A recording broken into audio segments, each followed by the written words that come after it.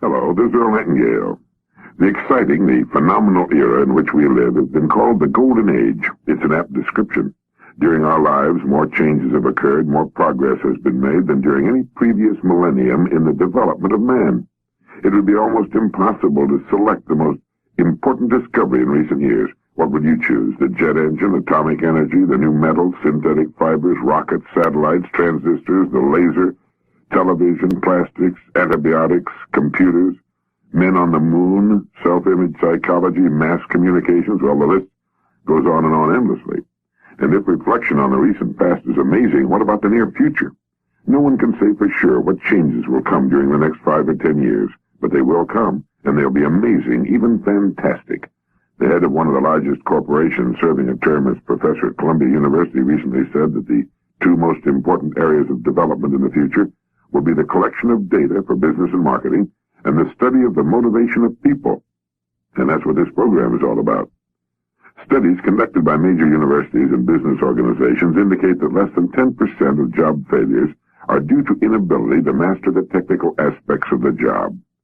Now, this means that more than 90% of such failures are due to lack of understanding of life, of people, and oneself, and to lack of motivation to acquire and to apply this understanding, to narrow the gap that exists between habitual performance and potential performance. Researchers tell us that the next 10 years are going to offer business and the individual the greatest rewards in history. We can count on seeing the bulk of spending in this country being for things, products, and services over and above the necessities, which are food, clothing, shelter, transportation, and medical care. This will be the first time this has happened in the entire history of the human race. Now, what does all this rapid change mean to you and me? Doesn't it mean that our futures are virtually unlimited if we'll see ourselves in relation to the present and the future? Of course it does. Change has become our way of life. We can either keep up, move ahead, or fall behind. We can't stand still even if we wanted to. Now, while automation and new methods are making many jobs obsolete, the world will always demand effective leaders, men and women who can contact, inform, persuade, and deal effectively with people. The man or woman who can do this will never become obsolete. Unfortunately, though, many people in all fields have a tendency to forget that the future belongs to those who prepare for it, that we can't win in the space age with obsolete ideas. The president of one of our corporate clients recently mentioned that while we're all aware of the tragic school dropouts, we often forget that grown-ups drop out too. It's unfortunate but true that for many there comes a time when, for one reason or another, or perhaps for no reason at all, they drop out. They stop learning. They stop growing. And it's at this precise point that they compromise with the world as to what they will become as human beings during their chance at life. This is their apogee, the highest point of their lives. From here on, obsolescence sets in as they quit acquiring new knowledge. Now, we expect our companies to grow, our country to continue to lead the world and prosper, but all too often we make the unspoken assumption that we know enough, that we're good enough to meet the challenges and changes of the future without changing ourselves. Before we can claim knowledge for our own, we must meet two requirements. I believe Will Rogers described them best. He said, "You don't know anything you haven't learned, and you don't know anything you don't remember." So having knowledge requires first learning, and second, remembering. These recorded messages are intended to aid you in both areas. Each is a distillation of many great minds on the subjects of living successfully and communicating more effectively with others. Now, since they're both short and recorded, you can listen to them repeatedly and effortlessly in just a few minutes a day. Now, a company can back a man up with the finest product, the best reputation, outstanding advertising, and all these things help. But they're all behind him when he sets about doing his job, his own work. At this point, it's up to him. He's as alone as a driver on the track at the Indianapolis 500. Every man or woman performing his or her special skill is on his own when it's time for him to produce, to deliver the goods. And that's why we all need to learn new ideas and be constantly reminded of old ones if we're going to compete successfully with those who do. But why must we be reminded, or find a way to remind ourselves of these great ideas? It's because our memories are short. In one respect, this is good, in that we quickly forget our past mistakes, failures, and embarrassments. But it's bad in that we also tend to forget those things we need to remember daily if we're to achieve the results we want. These short messages are intended to give you instant knowledge and then in the days, weeks, months, and years ahead to provide quick and effortless instant reminders. Unlike books, which we'd like to read again and again but seldom do, you'll find these recorded ideas easy to listen to at any time of day or night. Just a few minutes of listening and you're back on the track again with a wealth of helpful ideas you can put into action immediately. Now, no one can force an individual to improve, become bigger and more effective in whatever he does. The person who moves forward has to do it through individual effort, and this is as it should be. Because in the last analysis, every person is working for himself. He's building his own life, regardless of where he happens to find his rewards. And the ideas and principles in these messages provide you with an opportunity to grow, to live and work closer to your potential as a human being. What action you as an individual take is your own affair.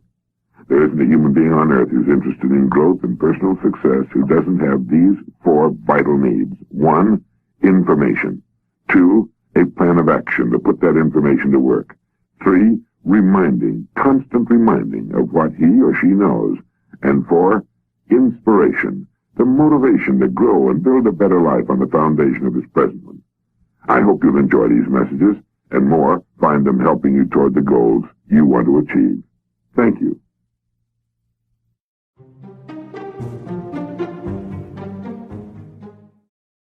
People down through the centuries have, with the most amazing consistency, divided themselves into 2 groups. One group contains about 5% of any given population. The other group contains the remaining 95%. Neither of these 2 groups is any better than the other. But one thing separates them.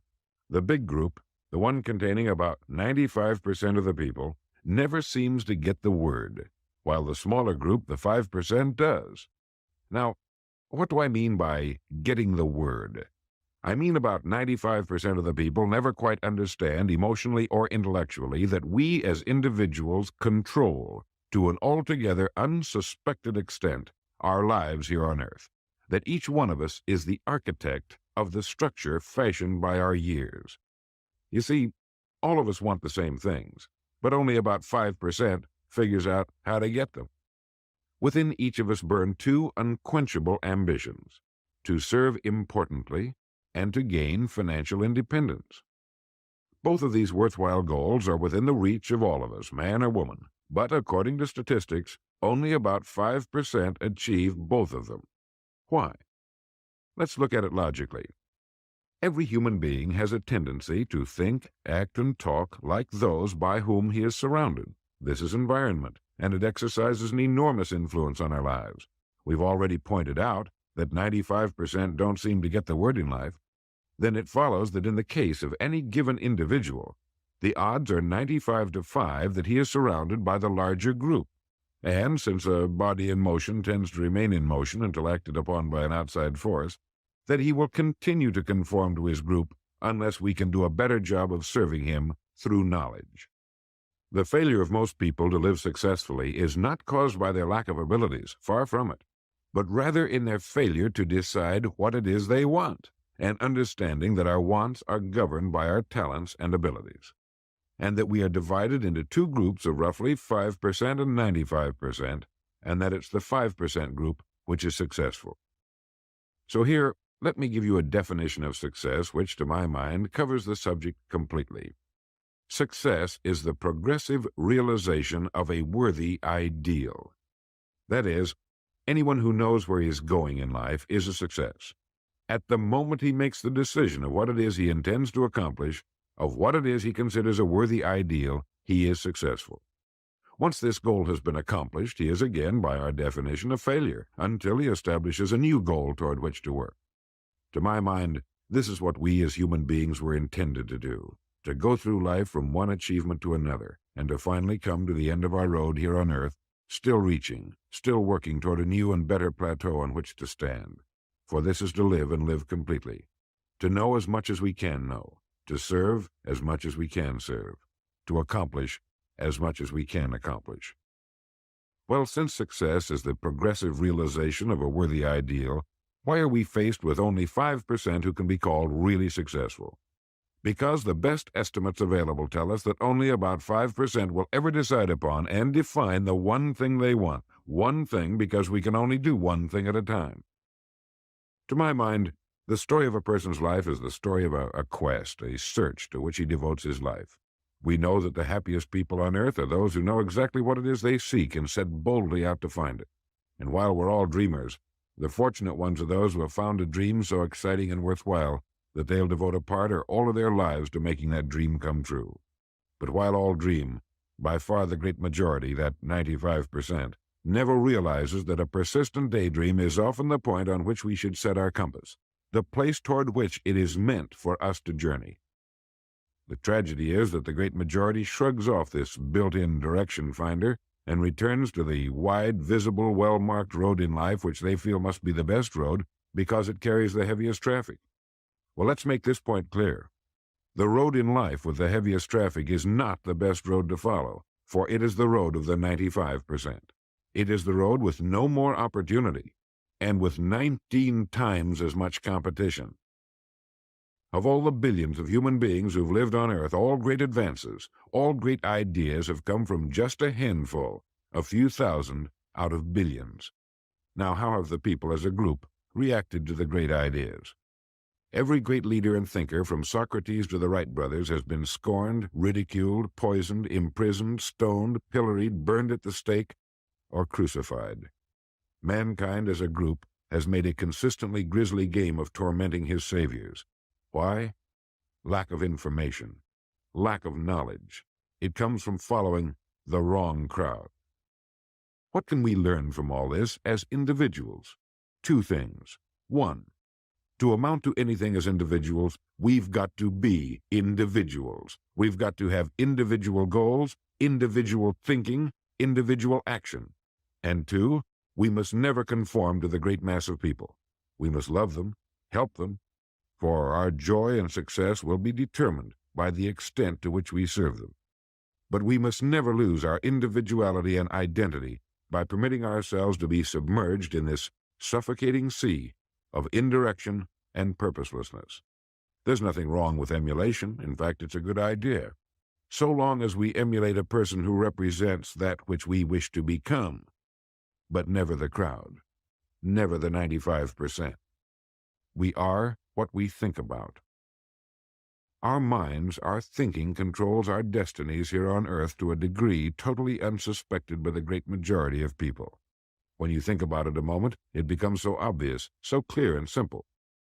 Believe me, if you'll do this, in 5 years you'll be one of the most accomplished professionals in your field, and you'll have the world on a string. You will virtually be able to write your own ticket. The average man works 8 hours a day, about 50 weeks a year, for 40 years. That's time enough to become great at anything. The time will pass anyway. We might as well reap the rewards. Well then, if we become what we think about, and if we can control our minds, we can pretty well tell our own future. And that's the point I want to make.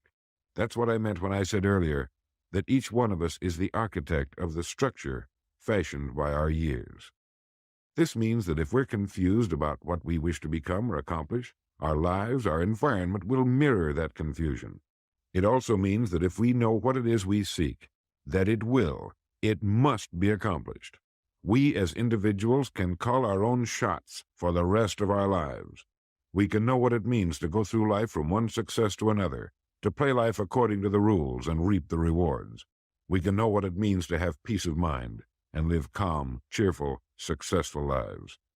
You are at this moment the sum total of your thoughts to this point, for there is nothing else you can be. And 5 years from now, you can be and have anything you set your entire mind and heart upon. Succeeding in life has always been a matter of doing that which the great majority does not do. Now let's keep this in mind as we get into this business of gold. It isn't that I want to make an invidious comparison between the 5% and the 95%, not at all. That's just the way it is, and if we don't recognize it, it will be to our cost. At the beginning of this record, I made the statement, if you can tell me what you want, I can tell you how to get it. You see, the trick is not in achieving our goals, it is in establishing them. A ship would never leave a harbor if it did not have a destination.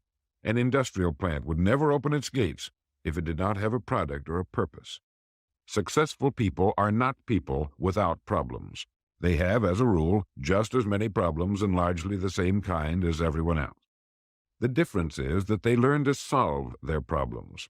Successful living is nothing more than the ability to solve successfully the problems which are as much a part of living as breathing. The degree of our success will be determined by the extent to which we can solve our problem. If you can tell me what you want, I can tell you how to get it. The problem with the great majority of individuals is not with their ability to achieve their goals in life, but rather with the failure to understand two factors vital to successful living. The first is to make the decision as to what it is we want enough to give it most of our attention until it's been achieved, and to clearly define it. And the second is to fully understand that we have the ability to achieve this goal, or we wouldn't want it in the first place. The next vital rule to successful living is to understand that our success is won or lost by our ability to serve others. We are interdependent, and it's just as impossible to succeed without serving others as it would be to live in our modern world without others serving us. Our rewards in life will and must always be in exact proportion to our service.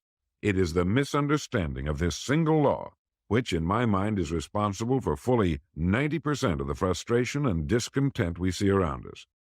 A lot of people don't like this law, if they're even aware of it, but not liking a law does nothing to change it.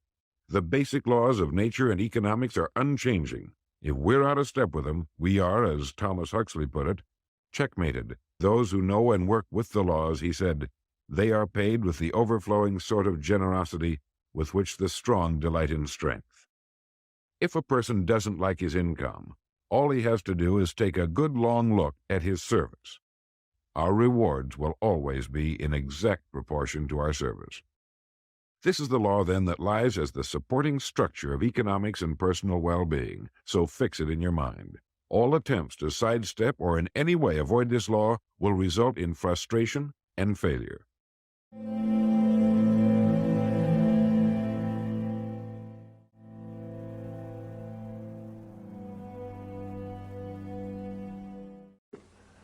But right off the bat, the odds are 95 to 5 that he's thinking, acting, and talking like the wrong group. They're wonderful people.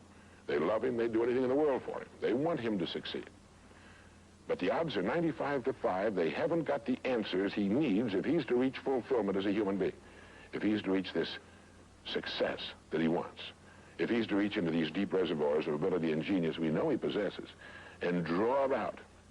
Well, he starts in school. The most important thing to a little boy in school is to be liked by the other little boys in school. And so at this tender age, he begins to follow other little boys his same age who don't know any more than he knows and who do not necessarily have any capacity for leadership. And he does this in the first grade, and the second, and the third, and the fourth, and the fifth, and the sixth, and the seventh, and the eighth, and year after year after year, he forms himself into a composite average of other little boys his age, trying to be like them, trying to do the only thing in the world that's impossible for a human being to do, which is to be like somebody else. Now, let's say he goes all the way through school, usually goes in the military service. Again, he's caught in a vice-like grip of conformity. Now, let's say he's 25 years old, out of school, out of service. What's he going to do? As a rule, he'll go back to his hometown, unless he's married, in which case he'll go to his wife's hometown. But let's say he goes back to his own hometown. He's single. He doesn't know quite what to do. He's standing on a corner one morning, and a friend that he knew in school comes up and says, "Hi there, Charlie, what are you doing?" He says, "Nothing." He said, "Why don't you come down and work where I work? It's a pretty good place. The pay's regular. We got all kinds of fringe benefits and so on." And so he does. The odds are about, again, 95 to 5 that his first job is taken as a result of random application.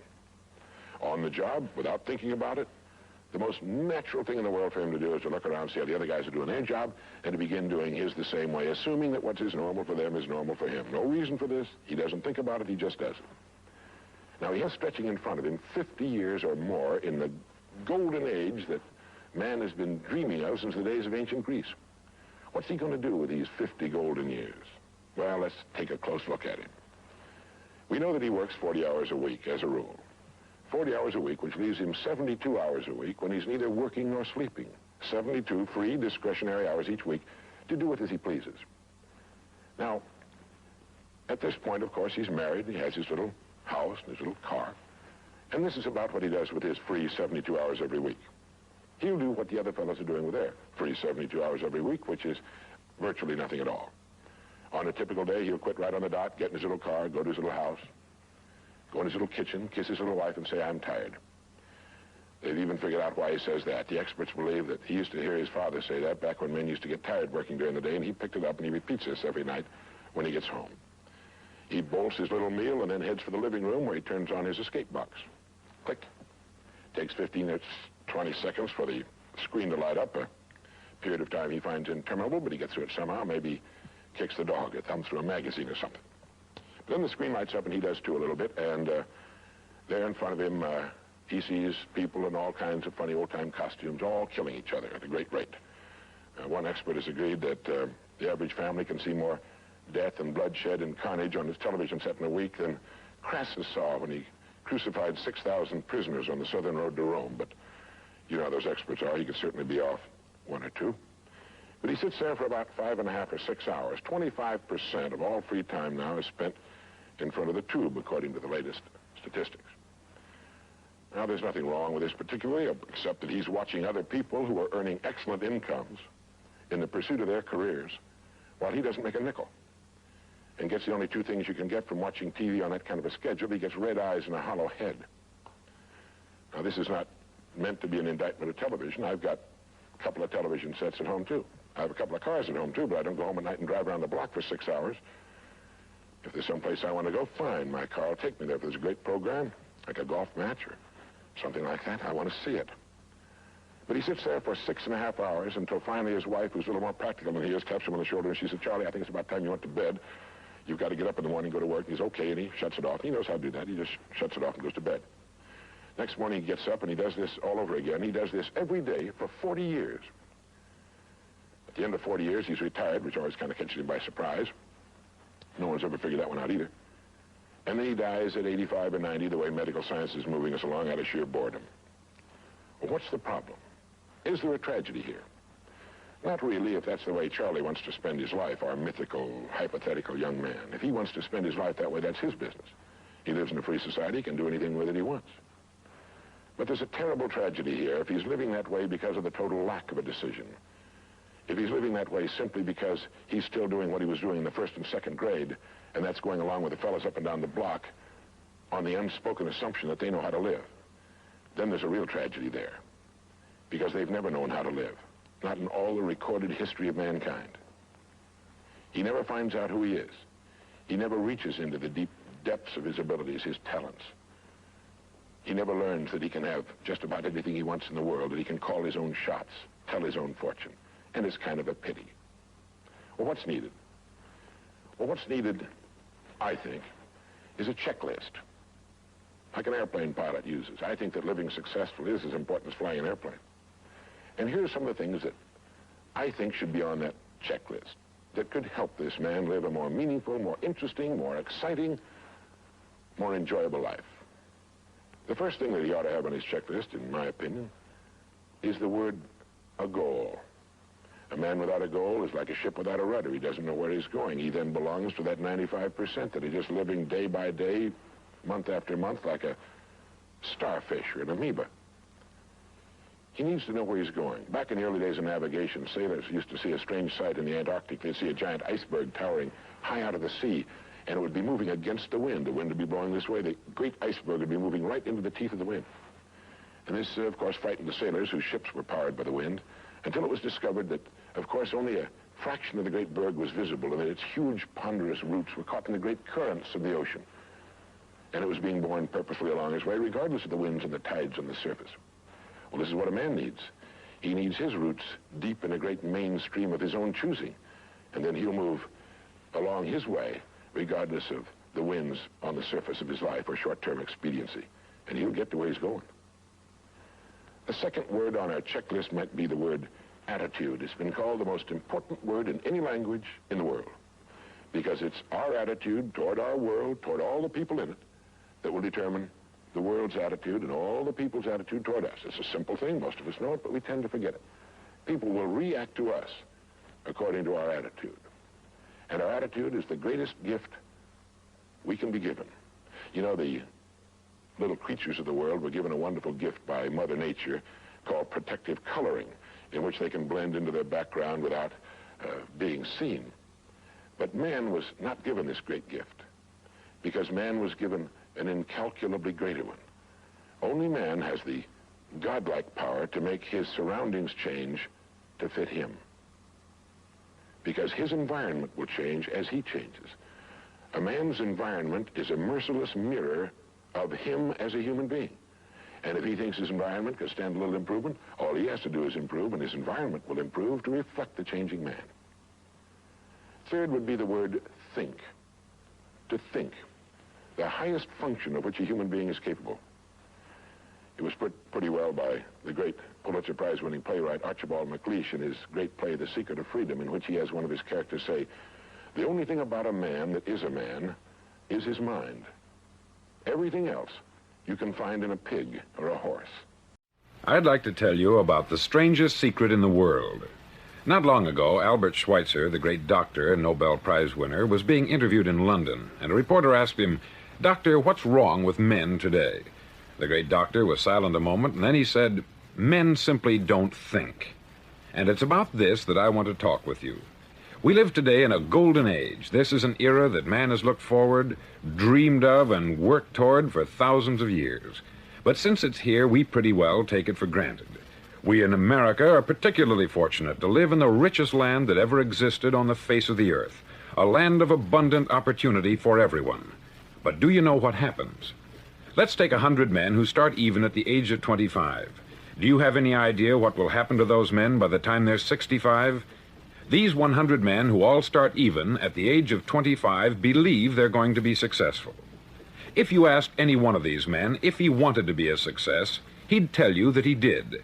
And you'd notice that he was eager toward life, that there was a certain sparkle to his eye, an erectness to his carriage, and life seemed like a pretty interesting adventure to him. But by the time they're 65, 1 will be rich, 4 will be financially independent, 5 will still be working, 54 will be broke. Now think a moment. Out of the 100, only 5 make the grade. Why do so many fail? What has happened to the sparkle that was there when they were 25? What's become of the dreams, the hopes, the plans? And why is there such a large disparity between what these men intended to do and what they actually accomplished? When we say about 5% achieve success, we have to define success. And here's the definition. Success is the progressive realization of a worthy ideal. If a man is working toward a predetermined goal and knows where he's going, that man is a success. If he's not doing that, he's a failure. Success is the progressive realization of a worthy ideal. Rollo May, the distinguished psychiatrist, wrote a wonderful book called Man's Search for Himself. And in this book he says, the opposite of courage in our society is not cowardice, it is conformity. And there you have the trouble today. It's conformity. People acting like everyone else, without knowing why, without knowing where they're going. Now think of it. In America right now, there are over 14 million people 65 years of age and over, and about 13 million of these 14 million are broke. They're dependent on someone else for life's necessities. Now, we learn to read by the time we're 7. We learn to make a living by the time we're 25. Usually, by that time, we're not only making a living, we're supporting a family. And yet, by the time we're 65, we haven't learned how to become financially independent in the richest land that has ever been known. Why? We conform. And the trouble is that we're acting like the wrong percentage group, the 95% who don't succeed. Now, why do these people conform? Well, they don't know, really. These people believe that their lives are shaped by circumstances, by things that happen to them, by exterior forces. They're outer-directed people. A survey was made one time that covered a lot of men, working men, and these men were asked this question. Why do you work? Why do you get up in the morning? 19 out of 20 had no idea. If you ask them, they'll say, everyone goes to work in the morning. And that's the reason they do it, because everyone else is doing it. Now let's get back to our definition of success. Who succeeds? The only man who succeeds is the man who is progressively realizing a worthy ideal. He's the man who says, I'm going to become this, and then begins to work toward that goal. I'll tell you who the successful people are. A success is the school teacher who's teaching school because that's what she wanted to do. The success is the woman who's a wife and mother because she wanted to become a wife and mother and is doing a good job of it. The success is the man who runs the corner gas station because that's what he wanted to do. The success is the successful salesman who wants to become a top-notch salesman and grow and build with his organization. A success is anyone who is doing deliberately a predetermined job because that's what he decided to do deliberately. But only 1 out of 20 does that. That's why today there isn't really any competition unless we make it for ourselves. Instead of competing, all we have to do is create. Now, for 20 years, I looked for the key which would determine what would happen to a human being. Was there a key I wanted to know which would make the future a promise that we could foretell to a large extent? Was there a key that would guarantee a person's becoming successful if he only knew about it and knew how to use it? Well, there is such a key, and I've found it. Have you ever wondered why so many men work so hard and honestly without ever achieving anything in particular, and others don't seem to work hard and yet seem to get everything? They have the magic touch. You've heard them say that about someone. Everything he touches turns to gold. And have you ever noticed that a man who becomes successful tends to continue to become successful? And on the other hand, have you noticed how a man who is a failure tends to continue to fail?